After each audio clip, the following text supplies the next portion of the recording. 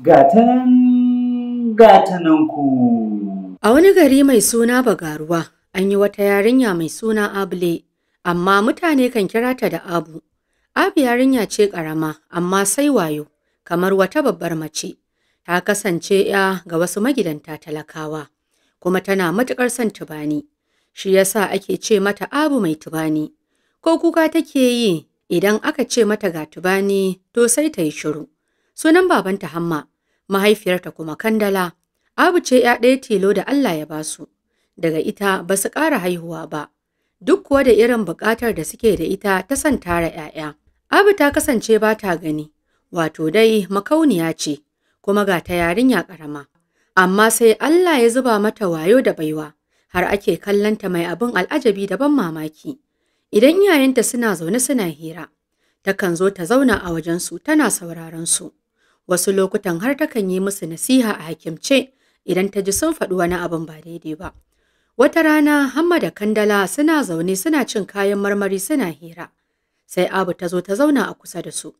Zaman ta ke da wuya sai ta ce, Baba da Mama, a ina kuka samo wannan kayan marmari mai kyau haka? Nan take sai iyayen Abu suka cika da mamaki. Yaya aka yi har ta gane kayan marmari suke ci, bayan ita ɗin makauniya ce ba ta gani. Babanta Hamma ya ce, Abu, ya aka yi kika san kayan marmari muke ci, ke da ba kya gani da idanuwanki? Sai Abu ta yi murmushi ta ce, Baba, ai na gane kuna cin kayan marmari ne ta hanyar shakar ƙamshinsu. Shin ka manta kowanne abu da Allah ya halitta da kalar launinsa, kuma kowanne ƙamshinsa daban? Hamma ya ce, haka ne. To yanzu ina so ki faɗa min, da me muke ci na kayan marmari? Abu ta ce, akwai goba, mangwaro da kuma ayaba. Mahaifiyarta Kandala ta yi maza ta ce, tabbas kuwa haka ne Abu, kin canka daidai. Ta dubi mai gidanta ta ce, mai gida, ka ji abin mamaki. Abu ta faɗi komai babu gyara, abin da muke ci shi ta faɗa mana. Baban ya ce, Allah da iko yake. Ni fa ina damuwa matuƙa da rashin ganin da ba kya yi Abu, domin ina tsoron ki girma, ki kai munzalin aure, ki rasa wanda zai aure ki saboda rashin gani. Ba na jin akwai mai idan da zai aure ki a haka ba kya gani, shi kuma yana gani. Sai Abu ta ce, to ai baba, idan mai ido bai aure ni ba, sai a aura min makaho ɗan uwana. Babanta ya ce, haba Abu, ta yaya za mu aurar da ke ga wanda baya gani irin ki? Ai komai rintsi sai na shiga na fita, na aura miki miji wanda ba makaho irin ki ba. Domin idan kika auri makaho ke da shi, wa zai kula da wani? Ni kuma fata na ki auri wanda zai kula min da ke. Abu ta ce, baba, ai da kaga Allah ya halicce ni a haka, to akwai hikimar ta sa yayi ni a hakan. Ya ce, to me yasa Allah ya yi ki a haka, makauniya da ba kya gani?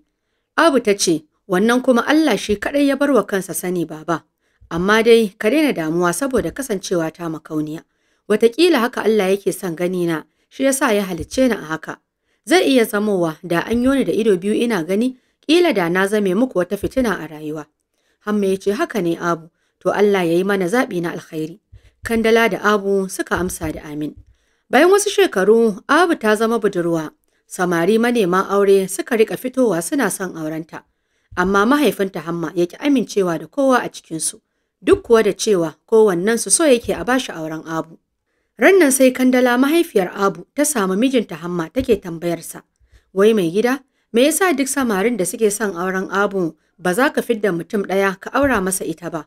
Hamma ya ce, Kandala, akwai dalilin da yasa ban amincewa kowa a cikin maneman auren Abu ba, domin kuwa zuciyata bata kwanta da kowa a cikinsu ba. Amma duk ranar da na ji wanda ke neman auren Abu ya kwanta min a rai, to kowane ne shi zan bashi auren Abu. Bayan wani lokaci kwatsam rannan sai ga wani mutumin birni ya zo garin duba wata gonarsa. Saukarsa garin ke da wuya sai ya haɗu da Abu. Yana ganinta kuwa sai ya ji yana ƙaunarta. Take a nan ya nemi gidansa aka kai shi. Da zuwansa ya sa aka yi masa magana da Hamma mahaifin Abu. Bayan ya fito sun gaisa, mutumin birni ya gabatar masa da kansa. Sannan ya nuna sha'awarsa ta auren Abu. Hamma ya ce ba zai bashi ba. Jin haka sai mutumin birni ya ce, haba kai kuwa, a yanda nake ɗinnan mai wadatar arziki, ashe har ka ƙi bani ɗiyarka? Kuma ni ina son ta ne don Allah ba tare da kallon lalurar ganin da take tattare da shi ba. Idan har ka aura min Abu, to na yi maka alƙawarin zan kai ta asibiti, a yi mata maganin lalurar rashin ganin da take fama da shi. Wataƙila sai ka ga an dace idan nata ya buɗe. kuma na yi alkawarin zan kula maka da ‘yarka Abu sosai. Ko da Hamma ya ji wannan bayani na mutumin birni, sai ya amince zai aura masa ‘yarsa Abu. Bayan an yi biki, Abu ta tare a gidan mijinta, sai ya ɗauke ta ya kai ta asibiti don a duba idanta. Bayan wani lokaci kuwa sai aka yi sa'a idan ya buɗe bayan aikin da aka yi mata, inda likitoci suka cire mata wasu abubuwa a cikin idon nata. Daga nan ta samu lafiya ta warke, idanunta suka buɗe suka dawo tana gani garau.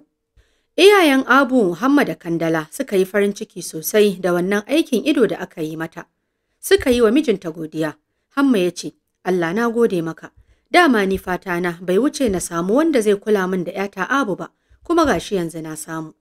Bayan idanun Abu sun buɗe, ta kalli yadda mata suke shan wahala wajen haihuwa da kuma renon yara. Don haka sai ta ji a ranta, ya kamata ta yi wani abu da za ta taimake su. A nan ta samu mijinta ta bayyana masa cewa, tana so ya taimaka mata ta yi karatu a fannin kiwon lafiya. Babu ko musu mijin nata ya amince da buƙatarta. Nan take ya nema mata gurbin karatu a makarantar koyon aikin unguwar zoma ta fara karatu. Daga ƙarshe dai, Abu ta zama cikakkiyar likitar mata bayan ta yi karatu sosai a fannin. To mai sauraro, wani darasi kuka ɗauka a cikin wannan tatsuniyar tamu ta Abu mai tubani? Sai ku bayyana mana ra'ayoyinku a comment section.